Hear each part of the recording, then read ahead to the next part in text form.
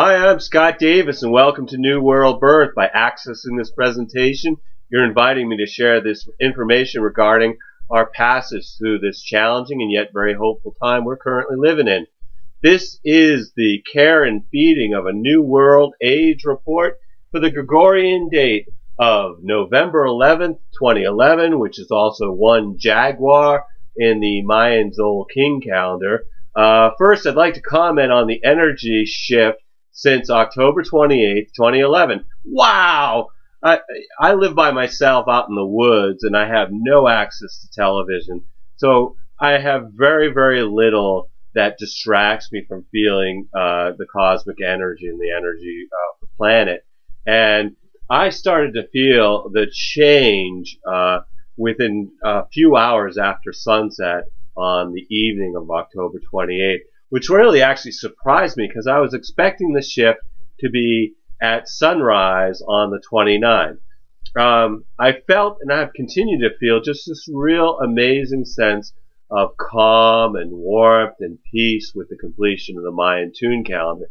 The Mayan tune calendar just kind of had this edgy energy that was building and getting more and more intense. And once it stopped, it just kind of released, and there's really just nothing sort of agitating from underneath. And for me, it's really just this sort of feeling. It's very, very pleasant. Anyway, November 11th is One Jaguar, which carries the themes of shamanism and earth magic, strength and intellect, the spirit of the jungles, gratitude, speed and stealth, Mother Nature, feminine and feline energy, mysticism, and the expansion of consciousness. The jaguar represents the primal spiritual force that inhabits all of us. And to the Maya, the jaguar's spotted coat represented the Milky Way galaxy. This 13-day cycle is about exposing our dark spots to the light and being transformed. This is a time to release fears so that we can be in our intuition. This is also a time to turn our attention and our actions to taking care of our planet and our bodies. Astrologically, the One Jaguar Tzolkin, or a 13-day period, begins on the heels of the Taurus full moon, which continues to balance passion for our spiritual growth with our desire for emotional comfort. And with Mercury merging with Venus, people are talking about love. This is also the much heralded 11-11-11 energy, and with the Tzolkin day to experience unity through communing with Mother Nature. November 12th is 2 Eagle, which is about duality through seeing from a higher perspective. And with Mars moving into Virgo, and it'll be there for the next 8 months, that increases productivity. And Mars in Virgo is activating a grand trine with Jupiter in Taurus and Pluto in Capricorn. And so this gives us some grounded energy for expansion and transformation. The 13th is 3 Wisdom, which is about taking action to be introspective, with the moon in Gemini receiving support from Saturn and Neptune, which is communicating our emotions through service and creativity. November 14th is 4 Earth, which is stability found in the gifts from nature, and has the moon in Cancer being challenged by Uranus in harmony with Mercury and Venus, and then feeling tension from Pluto. So it could be a day of unexpected emotional swings, but much of it really is quite positive. The 15th is 5 Flint, which is about empowerment through reflection, and the moon is being supported by the sun, which illuminates our emotions regarding family and home.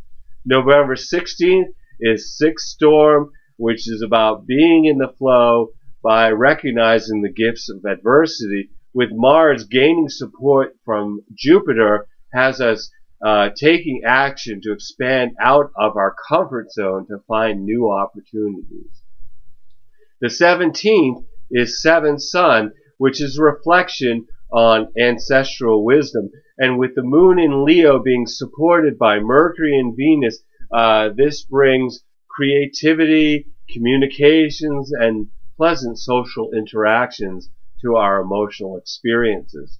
November 18th is 8 Crocodile, which is balance found in nurturing new beginnings. And with the 4th quarter moon harmonizing with Saturn, opposed by Uranus, and supported by Jupiter, the day moves from being reflective to being impulsive to feeling expansive. The 19th is 9 Wind, which is patience related to communications, and with the moon in Virgo merging with Mars and being supported by Pluto, which brings expanded active energy for emotional transformation. November 20th is 10 Night, which is manifestation through contemplating the stars, with the sun being challenged by Neptune, which illuminates the need for balance in our inner world with the outer world. The 21st is 11 Seed, which is resolution through planting seeds, with the moon being challenged by Pluto, encourages us to have compulsive behaviors which really don't serve us in the long run. So this is actually a better time to look honestly at what we're feeling. November 22nd is 12 Serpent, which is about understanding gained through being flexible, and with Venus being supported by Saturn, this is about being satisfied in a stable relationship. The 23rd is 13 Transformer, which is about moving to the next level through releasing the past. And with the sun moving into Sagittarius and gaining support from Uranus, this illuminates new activities and discoveries. And also on that day, Mars is being supported by Pluto, which is good for making changes in our lives. We're approaching a retrograde period for a number of planets. So I'm going to take some time here to explain about retrograde cycles and how it provides information about a correction that we need to make in our current course. During this period, we have 3 planets that are entering into the first stages of the retrograde process. There are 2 important points to be aware of when looking at a retrograde cycle.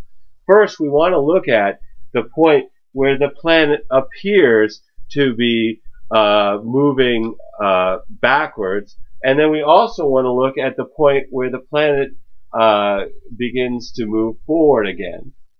This first stage up here is represents the point when the planet is moving along and it hits the point where it will eventually begin moving forward again, and then moves and continues to move until it's doing a retrograde and then moves backwards, and the backwards movement is the second stage, and then it gets to this point and then moves forward again. And I've just represented this way so that we can kind of see the full cycle in time. So we've got 3 stages, and the first stage represents the shadow time between passing the point where the planet will eventually begin moving forward again to the point where the planet slows and stops and begins moving in reverse. During the first stage, we receive information about needing to adjust our direction.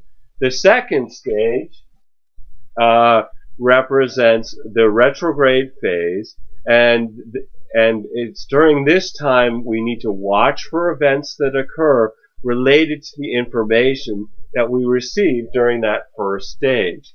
The third stage begins when the planet begins moving forward again until it crosses the line where it originally turned retrograde. During the third stage, we move forward with a revision to our previous course. We entered into the first stage of 3 retrogrades, which were Mercury, Mars, and Saturn during this report period time. I'm going to look at the Mercury retrograde period during this report. Mercury entered into this first stage on the 5th of November. So from now until November 24th, we're receiving information about an adjustment that needs to be made in our lives. And since Mercury is actually traveling, particularly from the 6th to the 14th, conjunct or merging with Venus and Sagittarius, this also it brings about and is about having social interactions and discussions about what we believe and what our beliefs are. And then Mercury turns retrograde on November 24th at 20 degrees of Sagittarius, and is retrograde until December 13th at 3 Sagittarius, at which time we'll begin to notice events that shift our thinking during that retrograde period, and it will be conjunct the Sun during December 4th.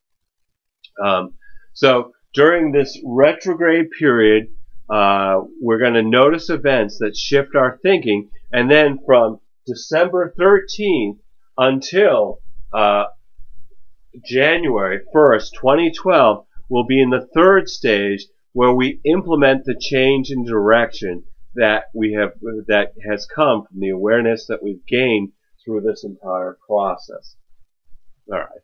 I was thinking also about the completion of the Mayan tune calendar, and for me, I've noticed that I have an increase in right brain thinking, which is really an increase in dreaming and creativity, and it's about visual information and intuitive and spontaneity and spontaneous information, and about seeing the big picture. And I feel that over the past 5,000 years, we've been developing more of left brain capacity for calculating and logic and analytical thinking and sequential and detail-oriented thought.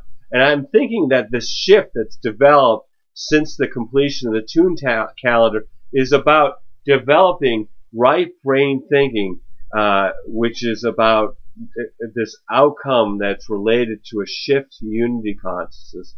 And we all connect with unity consciousness when we're in the flow with the planet by being in nature or watching a sunrise or a sunset, or being outside at night and communing with stars, or being conscious in the moment through introspection or meditation, or just really connecting with someone you love when you're really in that moment with that person. Every day is a blessing, no matter what dramas are beckon to distract us. And when we're here in the moment and giving the performance of our lifetime on the stage of life, please just take moments out to just observe the play as well as act your part. Remember that we are spiritual beings having human experiences. As always, this is a blessing for me. I want to thank you for checking out New World Birth. The next segment of Care and Feeding of a New World Age will be on November 24th for One Deer, the Sagittarius New Moon, the solar eclipse, and Mercury turning retrograde. All those things happen on November 21st. As always, I want to thank you for checking out Care and Feeding for our New World Age on Facebook and YouTube. And I invite you, as always, to email me at newworldbirth@yahoo.com if you have any questions about what I'm talking about, or you'd like to schedule a reading. I do astrological readings, human design readings, and I always try to really accommodate people's finances, but you do need to be able to place a phone call to the United States in order to receive a reading from me. Anyway, as always, it's a blessing that you've connected with what I'm putting out here, My heart is open to you, and I am so grateful that this means something to you. The light in me honors the light in you. Namaste.